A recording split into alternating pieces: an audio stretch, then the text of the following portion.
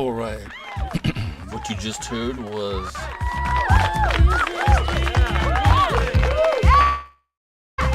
me on vinyl of all things. This is This Dream for Real, released in August, I believe, of 1987, and it was a hit. We were on WBMX, driving down Lakeshore Drive, listening to the mixes. It was outstanding. And we were selling house music in the 80s and early 90s. And what Chicago is known for is bringing what the world wants to hear.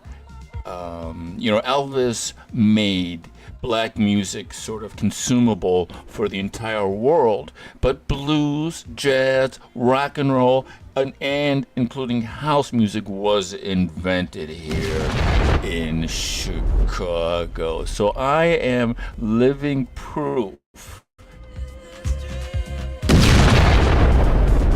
that I know what I'm talking.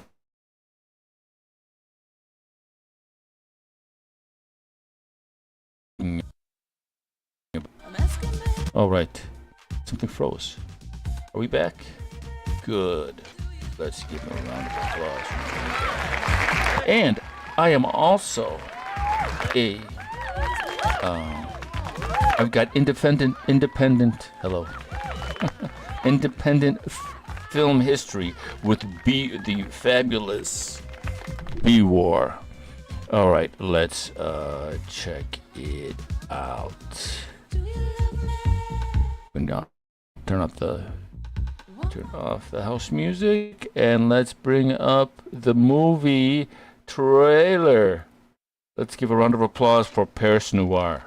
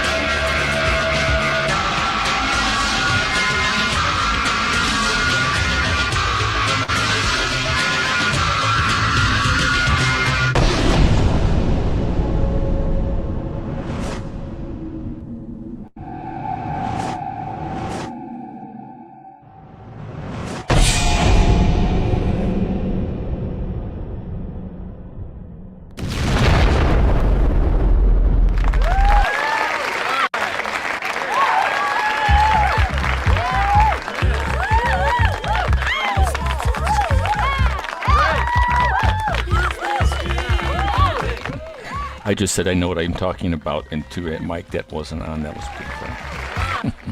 I know what I'm talking about. I've got the chops. Independent film, music production, You name it, I've been there. All right. I know how to leverage resources to create something outstanding, and so we are missing this opportunity to turn, just like Elvis brought a sound of soul to the world. Trump can bring a sound of relief to war-torn cities. We can't let this opportunity go by. This is a once-in-a-lifetime opportunity. Okay, so warning, these people I'm going to play are very emotional. So they're going to use some of the 7 dirty words that we don't say on television. So be warned if you don't want to hear any of the swear words that George Carlin made famous. Then turn the channel right now. So let's listen to these people talk about what's important to them. Here we go. Oops. I have to turn off the music and turn on the sound. That would help. Here we go. I don't remember any other president trying to do anything about the shit that's going on in these poor black communities where we're losing black men, young black men, at an astronomical rate. See, the mainstream media wants you to believe that it's white police officers that are out here just wreaking havoc on black men. I'm sick of the racial divide, and I'm sick of these black leaders who are so-called supposed to be speaking for the community. Why are these black leaders been in these shitty neighborhoods where even black folks don't go outside after dark? I know lots of decent black folks live in the hood, live in these areas, and they be very leery of not the white man, but the motherfucker that look just like them. So riddle me this, Batman. Why are some black people still being stupid and ignorant and listening to these leaders who have done nothing for your ass? Democrat leaders. Donald Trump is my president. I'd vote for that motherfucker again if I could. Because the one thing about it, the man is trying to make a fucking difference. You know, I respect the person that maybe don't like someone, but at least they can acknowledge a person's accomplishments. That's maturity, that's intellect. For these ignorant motherfuckers that's running around here, you hate this man so bad that you can't even let your mind see the truth that's right in front of your face. And you hate people like me for speaking about it and giving him some support. Okay, so just like I said, you're going to hear some words that are going to be off color, but they are in context. I think these voices are important to hear, so we're going to listen to some more people speak from the heart. And if you don't want to hear the 7 dirty words that you can't hear on television, please change the channel now. You've been warned. Let's hear what she has to say.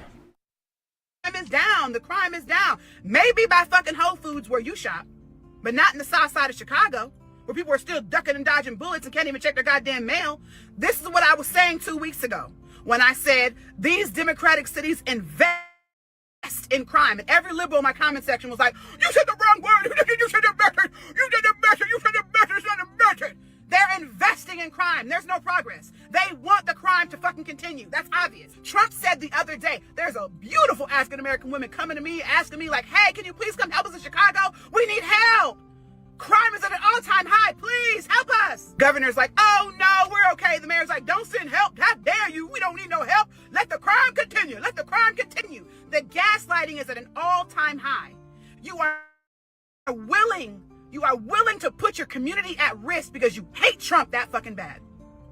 No, what's going to happen is he's going to call out your fucking mismanagement. He's going to call out your fucking bullshit.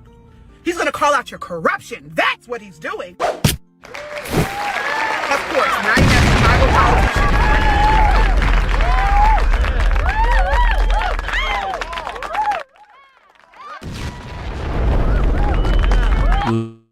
Like I said, you're going to hear some dirty words. All right? Don't listen. These are people. I think these voices need to be heard. So, if hearing the 7 dirty words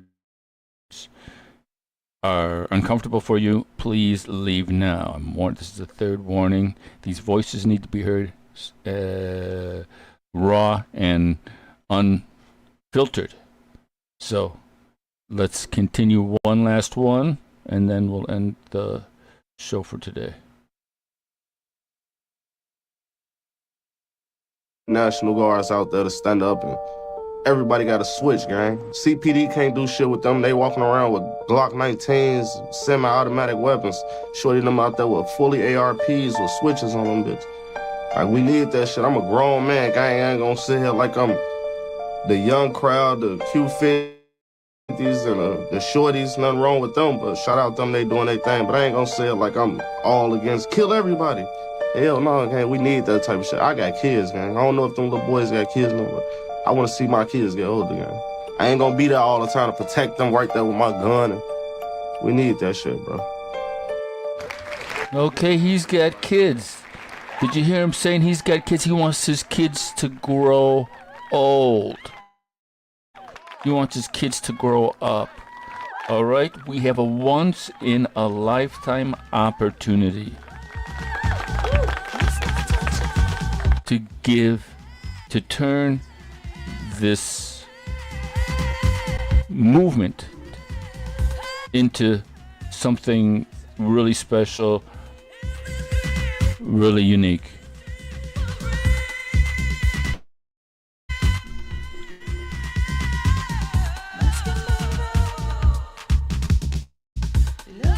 We can turn Trump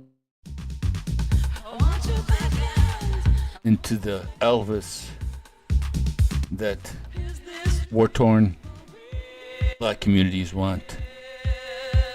We have a golden opportunity. We can't mess it up. And I am uniquely positioned to make it happen.